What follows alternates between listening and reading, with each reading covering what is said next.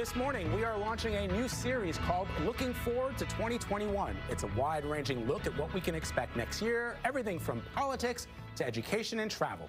In less than a month, Joe Biden will be sworn in as the 46th president of the United States. He will enter the White House during an unprecedented time of political divisions and a raging pandemic. Joining us now are CBS News political contributors Robby Mook and Terry Sullivan. Robby was the presidential campaign manager for Hillary Clinton in 2016, and Terry managed Senator Marco Rubio's presidential campaign that very same year. Good morning. Good to see you both. Morning.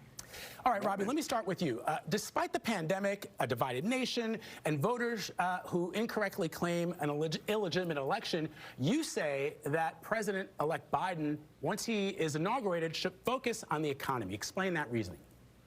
Yeah, absolutely. You know, during the campaign, this was really about big things, light versus dark, dividing the nation versus bringing it together. But the fact of the matter is, when President Biden comes into office, all the things you talked about are going to be there. It's going to be a very divisive environment, and it's going to be incumbent on him to focus like a laser on getting the economy working for people.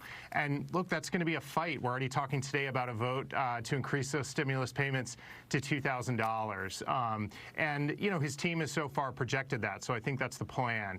But he's got to start to demonstrate that he has a plan that's about people's lives, that, you know, transitioning from, again, this campaign that was about much bigger symbolic matters.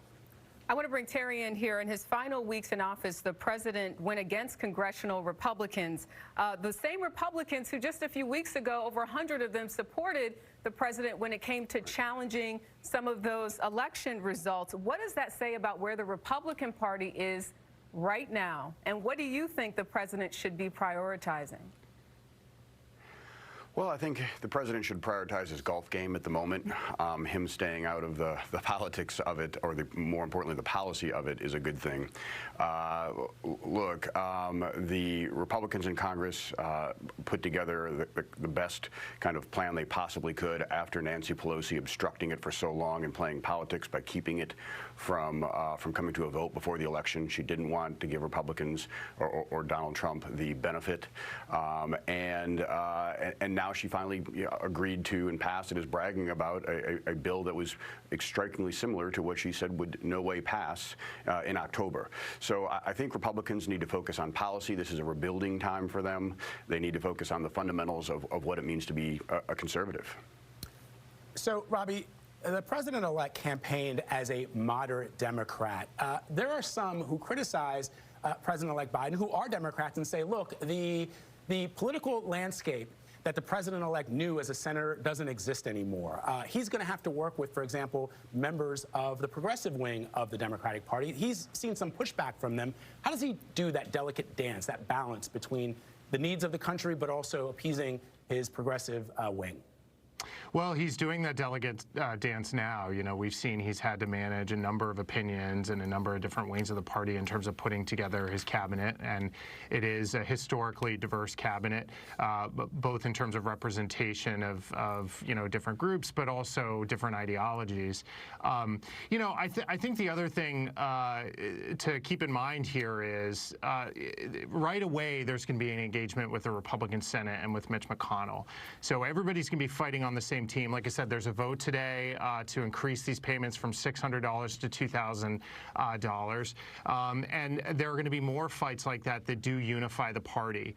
And so I think in some ways having divided government helps to keep everybody focused on the game, to keep the party unified in a way that just wouldn't be possible if Democrats could do whatever they want. Sorry, Robby, you mentioned the cabinet.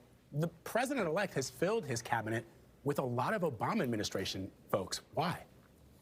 Well, and a lot of new people, too. Look, this always happens when the Obama cabinet was coming together. There were a lot of Clinton people in there. You have to bring in people with experience. That's one of the things that Biden ran on, was he wanted competent people who could handle the COVID crisis, for example. But we're seeing new folks as well in a number of posts. You know, Pete Buttigieg is a great example of that, someone who came along after the Obama administration was over. And I think you'll see more as the cabinet fills out in its entirety. They haven't even named all the positions yet. Terry, very quickly, if you could tell me what impact, if any, do you think the president's claims of voter fraud will have on the Senate runoffs in Georgia? Well, first of all, I'd like to point out and thank Robby for his confidence that Republicans are going to retain the Senate and thus win those seats when he talks about divided government. So thanks for being on our team, Robby. I appreciate that. Look, I don't know that the voter fraud issue is going to play nearly as much of a role as some of these other theatrics that have happened with, after those two senators were very loyal to him and issued a statement supporting President Trump. He pulled the rug out from underneath him on voting for this legislation. They literally had commercials in the can ready to go to take credit for this stimulus, and he's out there on Twitter saying how awful an abomination it is. So I think that is going to do far greater damage to the Republican Republican Senate candidates there. Yeah, the president has said he's going to travel to Georgia to help bolster their aspirations.